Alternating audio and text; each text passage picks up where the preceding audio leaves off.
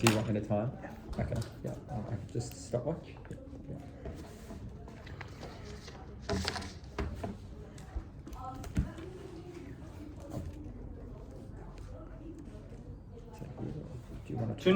Two notes on the actor, 2 notes on their incentive, and then obviously the ways in which we satisfy both of their incentives. Firstly, 2 notes on the actor. Probably looks like this is someone who newly started their job. They're probably studying at least part-time, either or. It's not really important. The important thing here is like also just a note of framing and like what we can probably support. We can support like a doctor and a nurse. We can support like a physio, similar type industries. Like similar industries here. So what are their 2 incentives? What is this young adult's 2 incentives here? Especially noting here that the wording of the topic tells us that it's like when building our life, which is just a note on framing, probably narrows the debate a little bit, meaning that we probably all care about a little less of their incentives. They're like broadly speaking, and only care about the ones that impact building of their life. 2 incentives then. Firstly, on companionship, they probably want a good relationship evaluated on like 3 metrics, which is like good communication, good understanding, and they're attracted to that person. And note here, attraction is probably contingent on like what industry they're in, which is like a bit of a stretch, but is also to say that like usually people find themselves interested in things. So let's take debaters, all right, fuck it, why not? Note we evaluate the attractiveness of people based on their success in certain industries. If you care about an industry, if you work in an industry, your metrics for judging that person's attractiveness probably changes. But that's not just the only example, it's probably just likely that like your metrics for attractiveness are just different based on industry here. The second incentive there is to say that like you probably care about your work life, you probably you want to enjoy work, and you probably want to make money, sustain yourself. So what are the 2 ways we satisfy this? Firstly, I'm going to prove to you that we satisfy the relationship and companionship metric, and secondly, I'm going to prove to you that we satisfy the work life. Without any other incentives, we just win the debate on that. So 6 mechanisms why we prove that we get a important and better relationship, especially when we consider like building our life as something really important. Sure. So starting with the most important one, which is just time. Note here, it is the like prerequisite condition of every relationship that there is time spent together, time spent interacting with each other. The 3 things to say under this like time mechanism, which is that like you probably get far better understanding of a time commitment if you understand what it takes in order to spend the amount of time, say you work at a childcare center, the amount of time that you are spending there, perhaps you're spending overtime hours, you probably get a better understanding of that, of the time commitment someone is dedicating if you are working in the same industry as them. The second thing to say here is that like your time commitments are greatly impactful to the time you spend with someone, which is to say that like shift work like really disrupt your ability to interact with a person who does not do shift work, because these schedules are fundamentally different. Note here, the framing of the debate tells us this is like a significantly different career, and when we weigh that like comparison, we probably note here that like if this person was engaging in shift work, it probably looks like the significance in career probably means a very different time commitments. Third thing then is like time together, just nice, good for the relationship. All right. Second mechanism here is on relatable experiences. You probably just understand, you probably just get to know the experiences that your partner gets better. Importantly here, it's like, how would you ever relate to a nurse who's trying to convey the impact and emotional harm it has had on them when a patient passes away in their hands? You probably wouldn't if you weren't in that direct industry. Note here, they're probably going to tell you that you have like every incentive in order to like empathize with your partner in order to understand, but note here, there is like a reduction in capacity for actually empathizing with your partner because you are not in that exact field. The third thing to say, the third mechanism then, is just on communications, which flows on quite from the relatable experiences here firstly, but note here, separate to the relatable experiences, communication stand on its own because the style of communication is probably dependent on what industry you have. I'll bring back the debater point again. It's like your arguments, like the 2 debaters would have, are very different and probably far more balanced, and probably far better, and your communication is far better if you have a mutual understanding of the ways in which you communicate dependent on your industry. Note here, like hospitality stuff, probably communicating in a very different way to like doctors or whatever. Cool. The fourth mechanism here is to say that like the financial disparity or like competitiveness within a relationship is a huge wedge most often. The reason for this is because there can be disparities in like the person paying for bills, there can be a disparity in the amount that person is seen to be contributing towards the relationship, which means then that that probably causes some really difficult relationships. This just is removed under the side, which we are both in the same industry and probably getting, because of that, at least somewhat similar pay, or at least an understanding of the reason there are financial disparities in that relationship. The fifth thing to say, fifth mechanism is like on mutual support, which is just specific because it's relatable. You are better able to like support your partner through the worst, parts of the through the worst emotional outcomes of like the impact of their job. If you are able to understand their relationship better, what exactly would help me, that's probably what helps my partner then. And the final thing to say, the sixth mechanism here, is you probably have similar friendship groups because most young adults form their friendships from their career. And note here like how good a community or like a group hangout session is for your relationship. It's probably nice to spend time with your partner in a group setting as well as just by itself. All of those reasons we get better relationships then. Hugely important, important for satisfying that main and key incentive, especially as this is an actor who is monogamous, who probably cares about companionship as they set up. Cool. Then 3 things on how we satisfy work life. First thing to say here is 1, your balance and like your time spent, which is to say that you probably just enjoy your work more if you spend that time with the person that you love. Note here how especially true that is if I characterize this relationship as being good for all the reasons I just give you, which is to say that like when your relationship is really good and healthy, you probably enjoy the time that you spend with that person, and you are now able to, at least in some scenarios, spend that time with your partner at work, which means you enjoy work more, means you probably dedicate more time to it, means you probably get better outcomes from that work, meaning you probably get paid better, hugely beneficial for your life.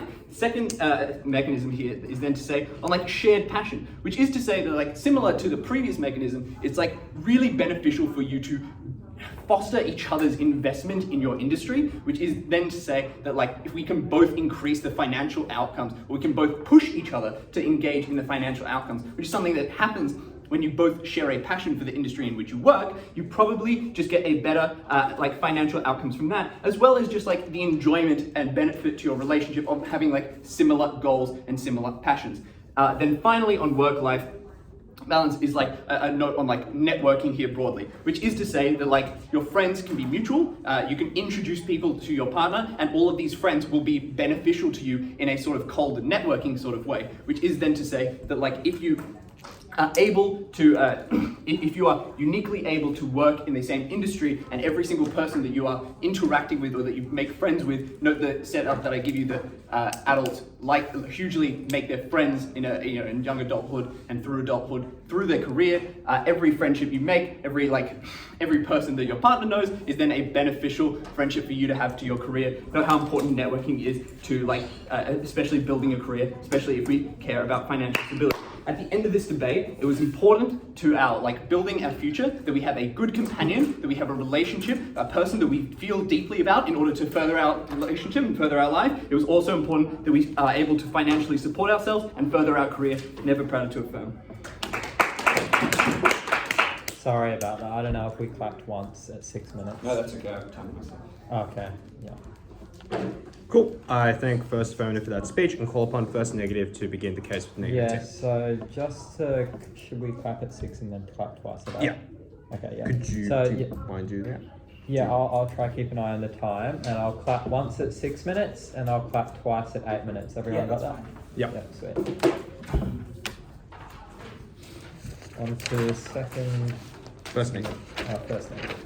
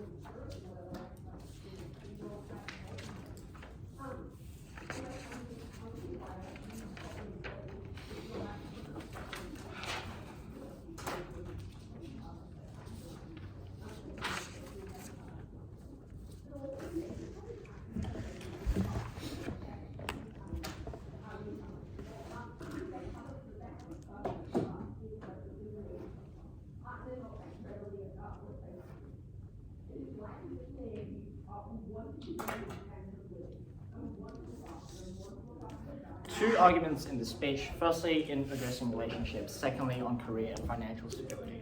The first thing I want to do is just point out how much of those mechanisms and how much of that argumentation was just entirely non-contingent on the fact that you work in the same industry, your ability to empathize with another individual, your ability to commute with another individual. All of those things were incentives you had under both sides of the house, and arguably probably far better on the outside, to the extent which you had diverging experiences that you could discuss, at the point at which you had different insights you could provide, at the point at which you could discuss different problems in different ways and offer new insights. Obviously that was far better for the health of the relationship.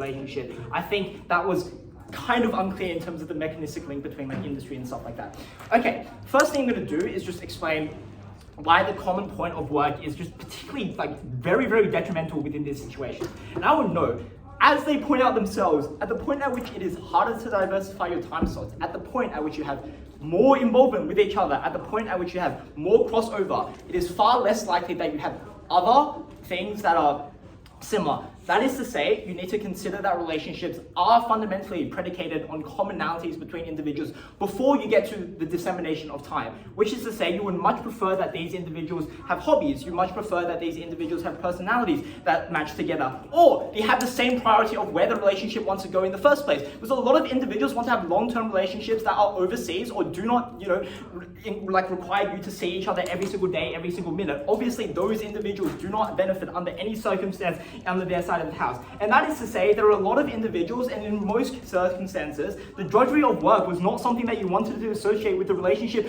of the individual that you wanted to build your entire life with. And that is to say, to the extent which you align and affect all of your values around these things, i.e. your long-term goals and ideals and commonalities, if that is only predicated on your commonality within working in the same industry, obviously that is a recipe for disaster at the point at which you are far likely to prioritize other things in the relationship, i.e. communication, long-term goals, all of these things, to the extent where they are working in other industries, which means your commonality does not exist in the fact that you work in the same place, but rather you have common interests in other areas. You have long-term personality, decisions that you would advocate for together, all of those things. And we will note that those long-term predictors of your spending habits, of your intentions to build a family together, or your political leanings are far more indicative of the health of your relationship, of your ability to be a good partner, and all of those things. And we will know that empirically those are the reasons that couples separate and things like that. But we would say that is actually far more likely to become problematic on the side of affirmative, to the extent which that is the only thing you are likely to predicate your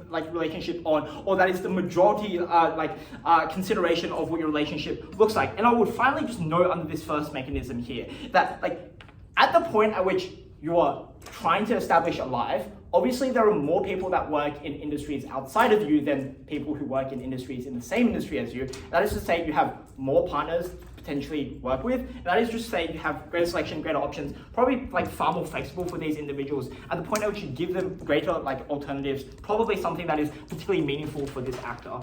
Obviously, you don't want to be constrained in choice. The next thing I'm going to explain, secondly, is just why this actively pushes and merges every single aspect of your life into the same thing, why hegemonically it is all-consuming, all-dominating, and why that is particularly regrettable, particularly bad. Firstly, at the point at which you have no separation between work versus home, obviously that is something deeply regrettable, because it means your social circles overlap. It means that your work and your colleagues are the same people. It means that the people that are likely to become far closer in those circumstances, and the friends from your university probably become friends with her university or his university or their university, or their internships, because they're in the same industry, are far likely to connect. And the problem with this is there is no amount of differentiation or separation which exists in the status quo. It means you can't ever escape the futility of your work, which is to say, at the point at which you want to spend time with your mates, i.e. girls or guys nights out, you cannot do that at the point at which those colleagues are all interrelated in the same circle, where it's extremely difficult to differentiate spheres of personal life and work at the point at all your,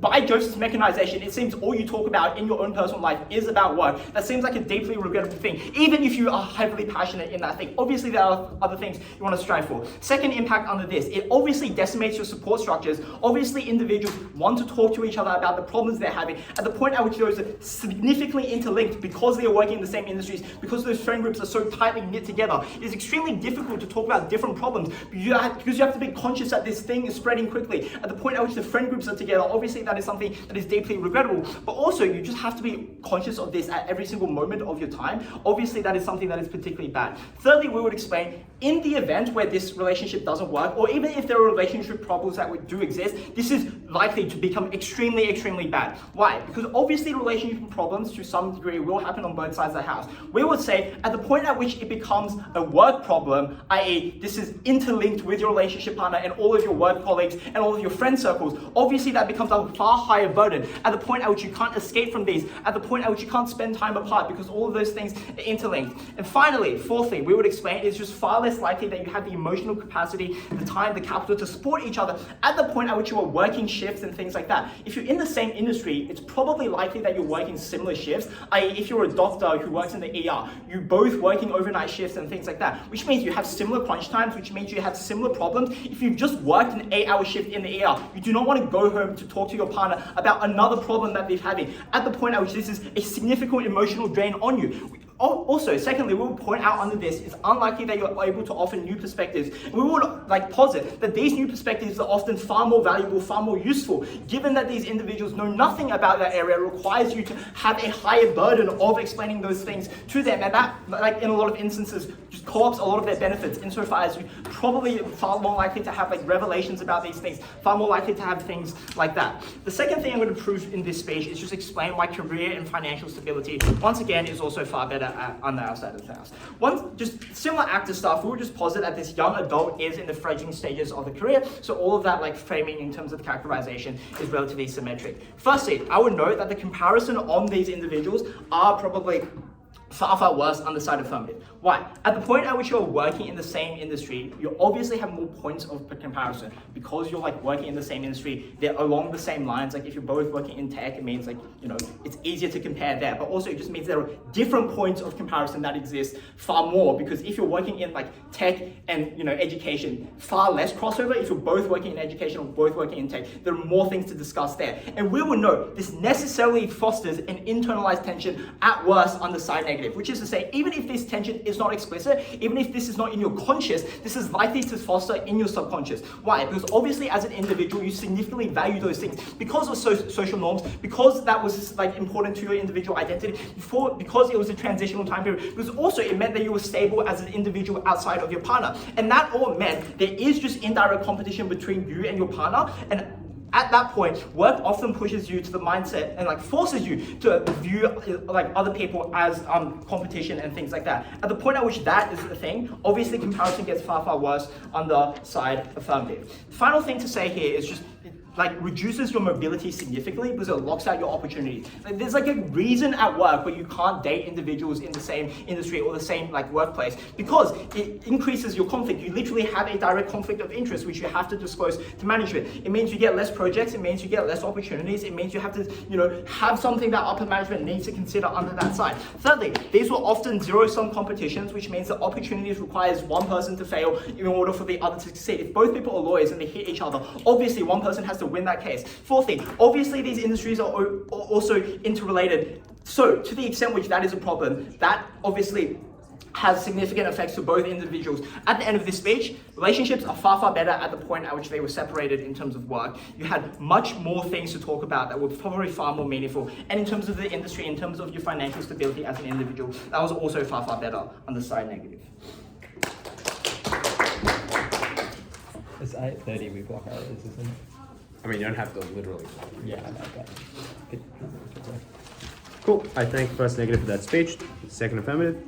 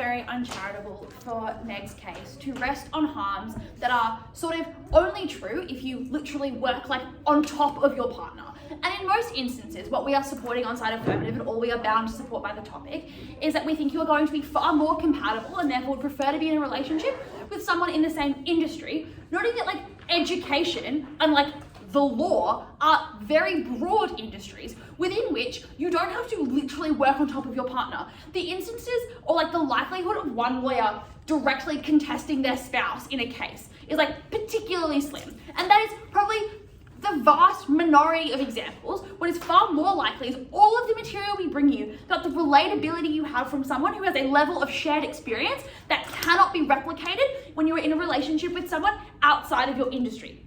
So 2 things in this speech, firstly on better relationships, and then secondly on like career and financial and all that sort of stuff. They are like kind of interrelated, unfortunately. I can't really do much about that at this point. So, okay, in what world do we see better relationships? We hear a few things from first negative. The first thing they tell us is that we would prefer that individuals get into relationships with people who have the same hobbies, the same values, or the same desires for the future. Firstly, and I think importantly, if you're opting into a very vocational industry, like for example, you're opting into some sort of like teaching, nursing, like any sort of like quite a vocational sort of value-driven profession, you probably do have similar desires for the future and similar values to other people working in the same industry, meaning that actually in our world, we better satisfy the test that negative provide for us, which is that this is someone you are more compatible with. The other thing on the ground of like same hobbies is that like, to the extent that you may bond with someone who has the same hobbies as you, there is absolutely no reason to suggest why that is a better way of bonding than from someone that you have maybe like studied alongside because you both study the same degree, or like someone who you met at work. Because to the extent that your hobby is your interest, the same way that your career may be your interest, that is like a purely symmetrical way of like meeting someone. And like, and so I don't think there's like necessarily any advantage there, knowing that probably the reality is that not only do you date someone within your industry, you probably just also have similar hobbies, because yes, it is true that there are lots of things that make a partner desirable. We just think that one of those things is likely the fact that they are in the same industry as you, and that is why we would prefer that over someone who maybe also likes hiking if you like hiking, but operate in an entirely different industry. Like those are not mutually exclusive either. The next thing that we hear from negative is that the quality of relationships is far more, like comes down to things like political leanings or do you want children, noting that as a law student, I could probably find men to date, some of who want children and some of who do not want children. They may both be law students. The point is that that is like one element through which I might select a partner, and like the other things are sort of subcategories to that, but the dominant or like the preeminent thing is that we have something in common at the beginning. There's a good qualifying indicator that we are probably compatible with each other, right?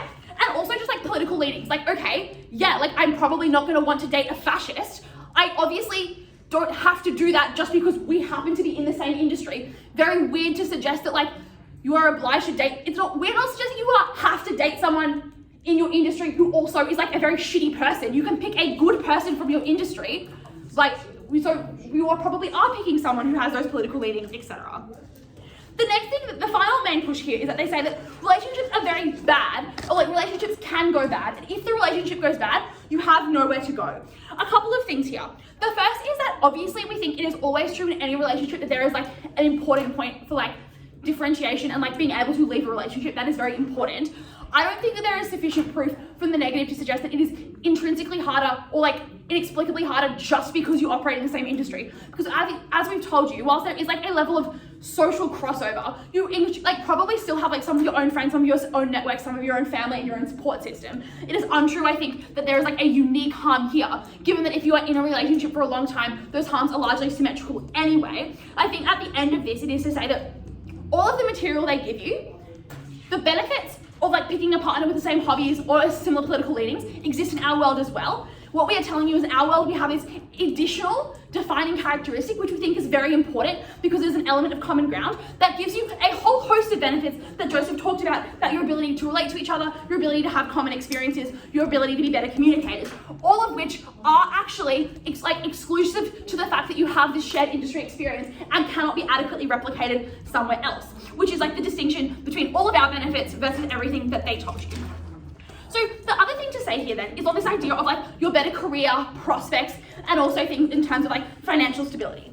One thing I would like to explain here in terms of financial similarity is that there's actually probably a huge benefit to dating someone in the same industry as you when you are this like young adult who is building your own life and building your own professional existence. Because if, for example, you are studying medicine, it takes a very, very long time to get through that degree. So whilst your total earning capacity over your life is very high, it takes a very long time for you to get there. This is something that someone pursuing a different industry who studied for very briefly or maybe didn't pursue tertiary education and started working quite early on may not relate to or understand. You're on vastly different financial trajectories and you're doing things at an entirely different rate that are like not comparable at all, right? Which means it's actually probably a lot harder to do things like enter into like rental agreements together or try to purchase a property with someone when you are on those vastly different trains of thought. Rather, when you are in similar industries, even if your jobs are slightly different, you probably have similar earning potential at the point when you're a similar age. You probably have similar earning capacity over your lifetime, meaning that you're probably actually better placed in those instances to be like more financially, like you have more financial similarity, which actually makes all of those things that are important in a relationship, being able to live together, being able to afford property in a similar area, whether that's renting or buying, all of which are actually far more like synced up and symmetrical, like even in our world, which are actually like huge positives. What do we hear from first negative here? They say that like when you're in the same industry, there are more points of comparison. I think the important thing to note here is that intuitively, if you're in a relationship with someone, you probably love them. I think that's like a reasonable expectation to have in the debate. At which point, you probably do want the best for them. So you are like probably going to celebrate their successes instead of being like really shitty about it and being like, oh, well, I didn't get that. Like, I think it's fair to assume that at the point where you enter into a relationship with someone, you want their success, you're gonna celebrate their successes with them. You're not gonna like drag them down.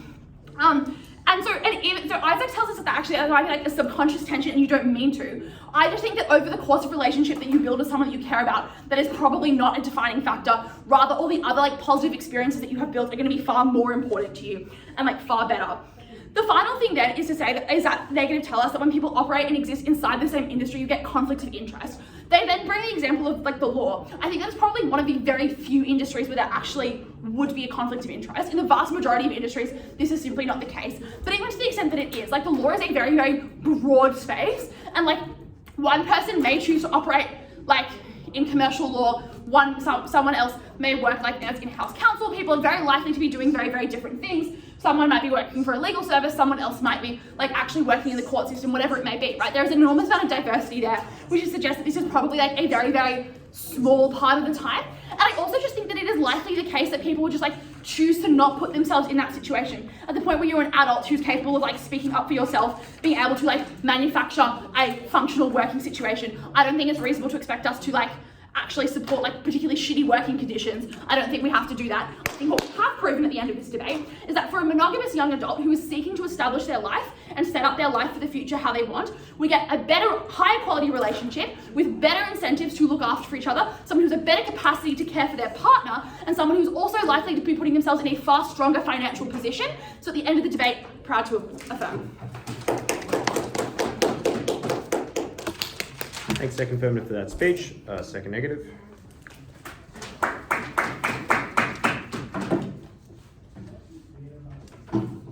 Just give me a second to write.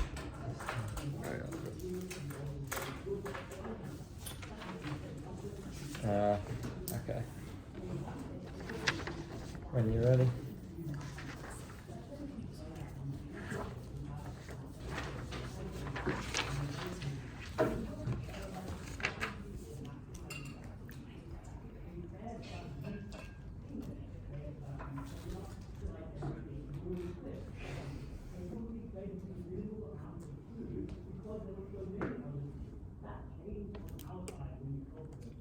When you enter a relationship, you often give up a part of who you are, and you often take on a part of who your partner is. That's often what makes relationships so beautiful, but it's also a real risk that you lose who you are when that occurs. The contention on side negative is that when you deeply entwine your career and your relationship, the risk to lose your sense of self and your sense of identity is so much greater. The risks and harms are so much worse. So the first thing I'm going to do in this speech is explain why it is so much harder on side affirmative to maintain a strong self-conception of identity, and then I'll address the issue of relationships and career. Let's start with the issue of identity, because this is the most important in the debate. Because your identity allows you to understand who you are and understand what it is that you stand for and what it is that you want in life. Why is it unlikely you're able to maintain this on-site affirmative? There are 3 reasons. The first one is that it's much harder to define who you are as a unique individual independent of the other aspects of your life because, for example, like it's already difficult in a relationship because you can often struggle to extricate your own identity from that of you as a part of the relationship. But now often the key defining feature of who you are that is outside that relationship, which is your career, is now also a similarity you share with your partner and often something that is entwined as a result of that relationship with your partner. The second reason is because it's often much harder to change who you are over time and evolve as a person, for the reason that a core part of your relationship and the set of shared interests, as this team concedes repeatedly, is the fact that you share the same job, like that's what you talk about, that's how you relate, etc. So now it feels so much harder to make a change in your life, because for example, if you wanted to change your career, you fear that's also a change in your relationship and fundamentally alters that dynamic. But similarly, if you want to change your relationship, you fear that bleeds over into your career and feels like it makes it much harder to engage in that form of change. But the third reason is just because it's harder to have the room to be able to introspect about your life and what it is you want and who it is you are, because everything in your life is interconnected into one big blob, where it's really hard to, for example, just get the independent advice of a friend about like troubles you're going through, because as they concede, all your friends are part of one big circle, which is like also your career and also your partner, and everything you say gets back to everyone else that you talk about in life. Which means it's just so much harder for you to identify like who it is you are, what it is you stand for, and what it is you want. And this is particularly important because the character, like the actor of this debate, is a young adult who doesn't quite know what they want, who often is uncertain about what it is that's going to happen in their life, which is exactly why they would value things like having options, having things like agency, and having the capacity to change and evolve over time, which is a unique benefit that side negative is able to give you. 2 reasons this is crucially important. The first is just that your identity determines your preferences and values, and you need to know those to understand how to achieve fulfillment. Like your preferences determine the things that will make you happy in life. If you can't properly access those because you can't determine your own identity, you could just never access any of the other forms of fulfillment. So it didn't matter how much money you had, it didn't matter if you had great hobbies, like maybe those weren't the right hobbies for you, maybe you didn't know how to deploy that money. But the second reason, and this is the far more important one, is just that identity is what let you stand up for yourself and have agency. That was crucial in a relationship because often the most vulnerable context. It was a partner who you were intimate with, it was a partner who you shared everything with, and they had a huge amount of control over your life. When you didn't have a strong sense of identity, it was so much harder to, for example, leave the relationship or define yourself or stand up for yourself within that relationship. And it's far more likely that you could be coerced, that you could be pressured, that you could be abused, and that you could be exploited. All of that was far less likely on side negative. This was the most important issue in the debate, and it definitely won it for us. Let's move on to the issue of relationships though, because this is where side affirmative tries to win the debate. The problem with their push here is actually very simple, because they want to have their cake and eat it too. At times they're like, these industries are so broad, you could just date anyone. And then at other times, all their benefits are deeply contingent on the logic of picking someone as similar as possible, because that's when you have the most shared experience, that's when your cycles line up, that's when you have the same pay and trajectory as that speaker wants to tell you. So they really do need to pick a lane here, and we think it is far more likely, because of all the logic they tell you, that your partner would in fact be very similar to you, which in fact heightens all the harms I've already explained. Why would this relationship be bad? 3 parts to this. The first thing is you probably just have a partner who is less close to you and less relatable. Why? We give you like 2 kind of just like mathematical realities here. One is just that there are more people who aren't doing your career or the very similar career to you than are doing your career. So you just have a broader set of options to pick from. It's more likely to find someone who's kind of a better partner amongst a large pool of people than amongst a small pool of people. The second one we point to is just that relationships require kind of like a minimum set of shared features. If one of those features is work, it's not something else like values or politics, etc., that we contend are more important. Because, you know, the trivial similarity of work papers over the need to discover more deep similarities before you enter that relationship. And they just say, well, like, work's obviously deeply important, it's very meaningful, etc., etc. But we would say, like, the thing you do at work often doesn't define you, often isn't that important. When you think about couples fighting, they very rarely fight over the fact that they have different jobs. They do fight over finances, they do fight over politics, they do fight over values. We think those are far more important things to seek out as the primary mechanism of how you associate with someone. In their world, it's always the same career that is the first thing that comes to mind in terms of looking for partners, not the connection on values and other things. The second part of this argument is just to respond to their claims as to why this is good. They give you 3 reasons masked as like 8. The first one is just that you have a better time alignment because you work similar schedules. One, like most people work 9 to 5, this is a bit silly. But secondly, like if you're both doctors, you probably are scheduled at different times. That's literally how being a doctor works. So this doesn't seem to do anything for them. But thirdly, we point out that like it's probably better you're in different industries because different industries have different crunch times. And it's probably good if, for example, you can support each other at the time when like end of financial year is happening or when like the COVID wave is happening, etc. Secondly, they say you're more relatable because you can relate over work. Like, no, that's awful. You don't want to relate over work. That's such a stupid thing to talk about. Surely there were like far more interesting aspects of your personality than the fact that you had a job as a lawyer. Like, that was an awful thing to identify as a core part of your relationship. We thought it was so much better. They say you can better empathize with your partner. We explain to you, you don't need to understand everything they've been through to empathize. And in fact, that is the barrier to empathy. It's right when you think you know exactly what they're going through, but you don't, and so you think you know what it's all about, instead of just listening and understanding and being there for your partner in that moment. The final thing is they say you can provide mutual support, but we explain to you that the problem is that it's better when you get mutual support from other sources other than your partner, so you aren't dependent on one singular person, and all your relationships and friends aren't bunched together. Which is the final mechanism. We explain that this blurs personal boundaries in a way that is deeply harmful. Because now your work life and home life bleed into each other. Because you talk about work at home, that's a big benefit. And because, you don't leave work at work and then just focus on your relationship and relax, it all kind of bleeds into each other. Secondly, because your friend circles all bleed into each other. As they tell you, like you all hang out with the same group of people, so it's really hard to like gripe about someone because it all gets back to each other. It's really hard to explore different experiences, which often require expressing different parts of your personality, which you're often only comfortable doing in different contexts with different groups of people. And finally, your support network is so much weaker because if your relationship is in trouble, who do you find support with? Who's going to be like there for you and not for your partner? Well, not the friends who are like mutual friends. That's obviously much harder. And if things do go badly and the relationship does break up, which is like a huge harm in this debate, you have no support network and nothing that is uniquely yours, which is the most important thing in the debate because it's when you're at your most vulnerable and most in need of that help. At the end of this point on relationships, we explain you're more likely to have a better connection to your partner, your other relationships with friends are more likely to be fulfilling, you're more likely to have a good support network. Finally, on the issue of career, by far the least important, let's talk about financial issues. They say, well, it's good because you have similar trajectories and earnings, well, contingent on you having very similar jobs and being similarly successful, which activates all of the other harms they didn't want to deal with here, about you constantly competing, comparing yourself to each other. They just say you love each other, but like that's the problem, right? It's hard to express those feelings of resentment when you love the other person, and you kind of want them to do well, but you kind of want to do a bit better than them, just like your friends at debating. Like you do want them to do well, just you want to beat them still. Obviously, it's kind of hard to express those things. They say, and lastly, we explain that you should diversify. If you're both in the same industry, you might get laid off when the tech boom ends or something. Probably better to have different options. Look, at the end of this debate, you had a better, clearer identity on our side, clearly the most issue. Your relationships had better support networks and fulfillment, and your career was more satisfying. Proud to negate. There's 3 seconds left. Cool. I think second negative for that speech. Now call upon third affirmative.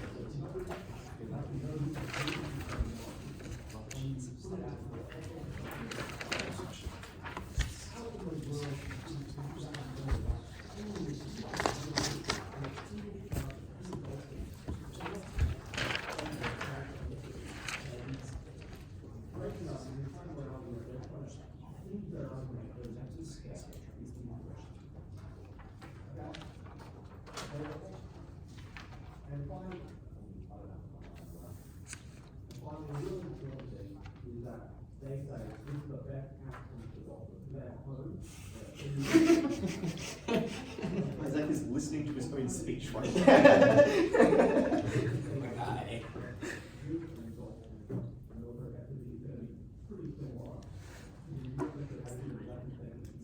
Debate judged on outcomes of dolphins.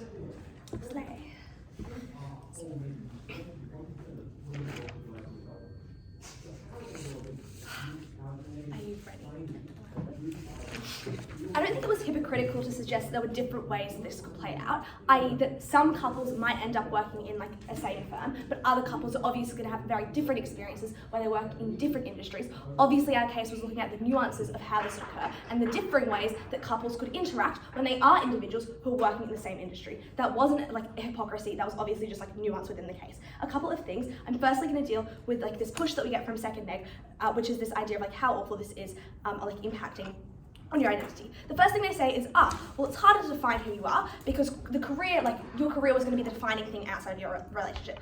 First thing to note is that they literally tell you themselves there are so much more interesting things than careers that you should define and talk about yourself with. What I think this therefore means is that you then choose things outside of your career to define yourself from your partner. This looks like things like looking at things like hobbies that obviously were able to change like how, like the things that you did, change who you were as a person. But secondly, I also think it looks like defining yourself on like perhaps like personality things. Like you're an extraordinarily like kind person. Maybe your partner is perhaps like, I don't know, the more stoic individual. Maybe you're the more like open, warm person who everyone comes to. Like that was the differing things that could also exist in your relationship. I don't think it's fair to suggest that you somehow lose your identity just because you have something that is now similar to each other. Notably, all relationships require like some form of commonalities. In this sense, I actually think it's probably fine that you're able to find different things that define you, and I actually think this is better as they tell you there are far more interesting things than work to define yourself by. The second thing they say is like that, it's harder to change like your career like as a result, and therefore you're like more likely to be stuck in the same career. But I actually think this is wrong because I think if you and your partner have experience the same career, I actually think everyone has like issues with their career on a regular basis. I actually think it's far more likely for your partner to therefore be understanding when you say, oh my god, I just don't think I can be a teacher anymore. I actually just don't think I can do this. Because it is likely that that same partner has also experienced probably some of like the same stresses of teaching. Therefore you're far more like likely to be supportive, as whereas someone else just goes, but why? Like it looks so fun and you seem to have like a great time most of the time. I actually think you get a far easier ability to change because you have someone who specifically understands what it's like to be in that career, and maybe like that it's not always necessarily the best choice for every single person.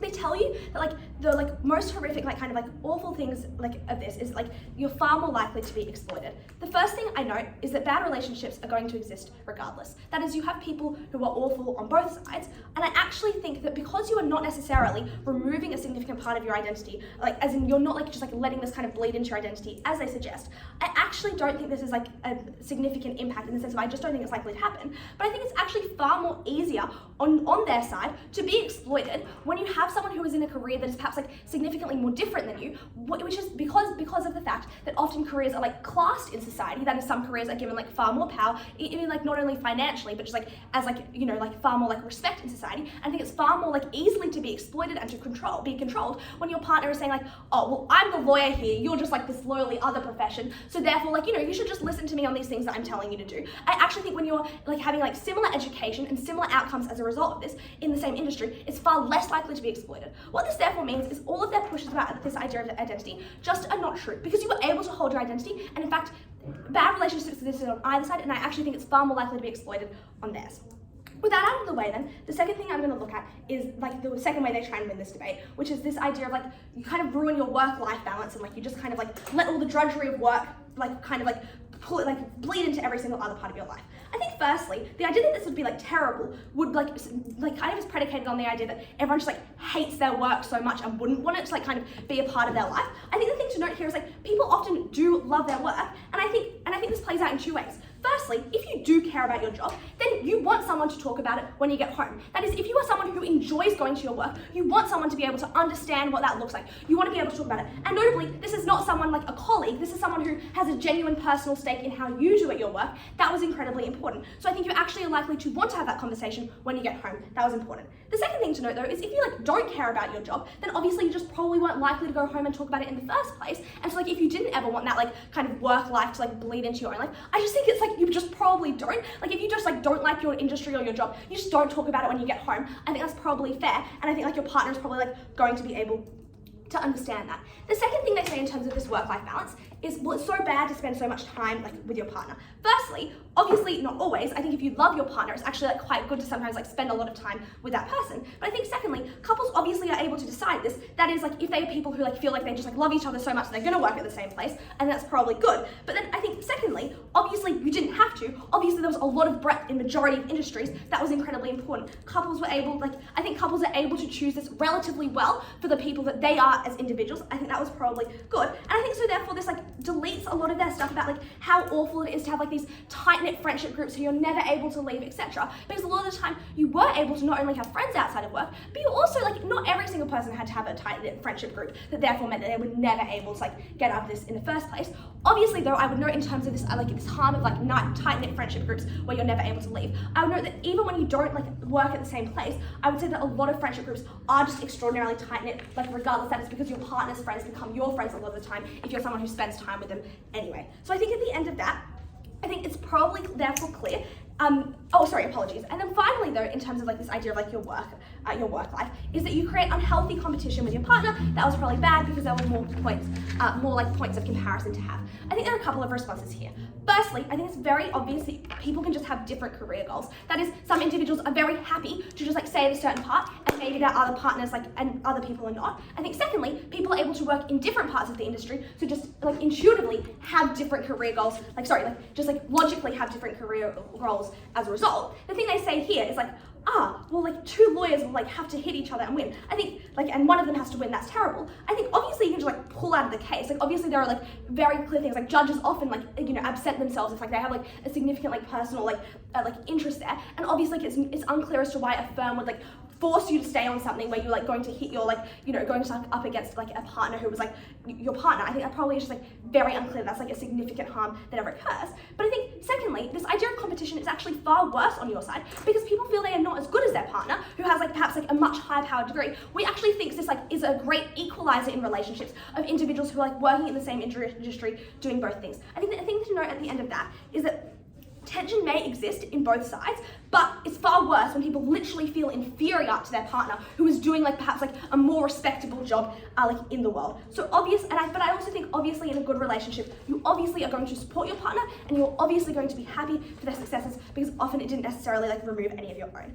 Finally, then also in terms though of what we provide the benefits of this relationship, which is that you literally need time to allow a relationship to work.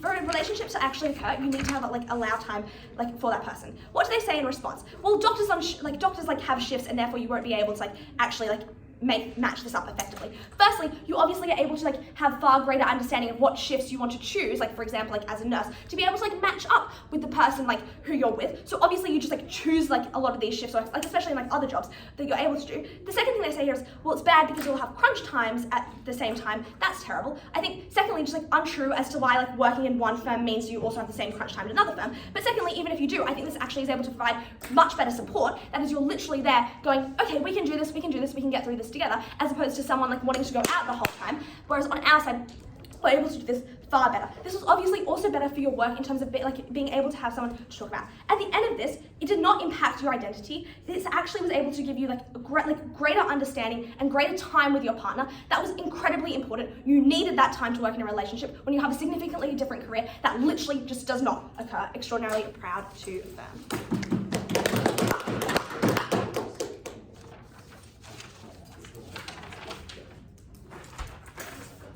Cool. Thank the affirmative. Now for the negative.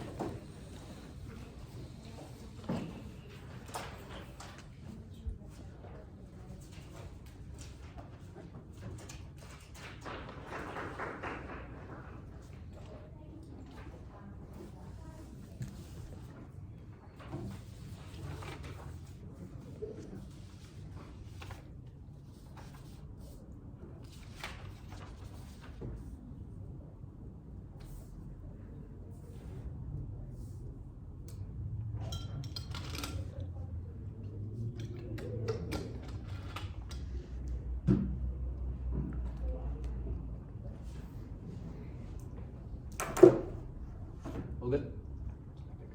Oh, whoops.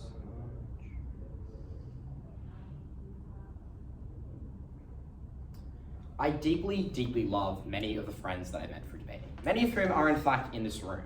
However, I do not want them to be my only friends, because inevitably, when I do bad at a tournament and I have to compare myself to them, I feel bad that I am not doing as well and that I am somehow inferior. It sucks that when I have a problem and I think someone was particularly uncharitable or mean to me in a debate, that I cannot go to people outside of that circle, but if I did not have people to go outside of that circle and complain to, rather than risk that information permeating and impacting other areas of my life in ways that I would not want to and in ways that would be substantially harmful. And I think this is the observation that really, really hurts this affirmative team, because they claim that the similarity isn't where you find joy, but we explain that it is in the difference, and it is in the ability to have fundamentally separated aspects of your life which you're able to enjoy and appreciate that makes your time together all the more significant and all the more powerful, and that is why we take this debate. I'm going to ask 3 questions in this speech. Firstly, on a macro level, on the situation of the actor itself and what they're likely to prioritize. Secondly, on what's better for your relationship. And finally, which is preferable for your career. Firstly then, let's look at the situation of the actor itself. We explain, firstly, that there are simply more people for you to work. There are more people who work in industries outside of your own, which suggests that there are just less people who you're compatible with in your industry. So to the extent you care about building a long-term relationship into the future, you would simply have more options if you were not looking at career first. That is because of things like love language expectations and other similarities are probably A, more important things, but also B, they're far more limited in the types of people who would line up in all of those ways at the point you're filtering it through the lens of your career first. And it increases notably the chance then of your relationship not working out at the point you have to compromise on those types of things, which is why all the harms we explain of when a relationship goes bad are actualized far more on their side at the point the types of choices you're likely to filter out in the pursuit of getting a long-term relationship with someone in your career and making it last are likely to be substantially powerful. The second observation I'd like you to note here is affirmative cases benefits are at its most achieved when your career is as similar as possible, something Udai identifies. The pushback here is along the lines of trying to say, oh, well, actually, you could obviously make your choice individually as a partner, but notably at the inception point at which you start that relationship, you're probably starting with fairly entwined careers in the first place. You probably met through that career in the first place. It's very hard to disengage from those two types of things at the point in which the inception of your relationship from the beginning was in your career. That explains why it's very hard to do things and disengage, etc. The final thing I want to note then is the question of identity, because we explained that having the ability to form a sense of self, something that as a young adult you're unlikely to have in spades, are things that are particularly important. And so that in of itself would suggest that having the ability to form that own identity independent of someone in your industry is likely particularly powerful, which we explained to you in Udai's speech. What are the 3 responses we get to this in Millie? The first is to suggest you can choose things outside of your career to find yourself for your partner, like hobbies or personality.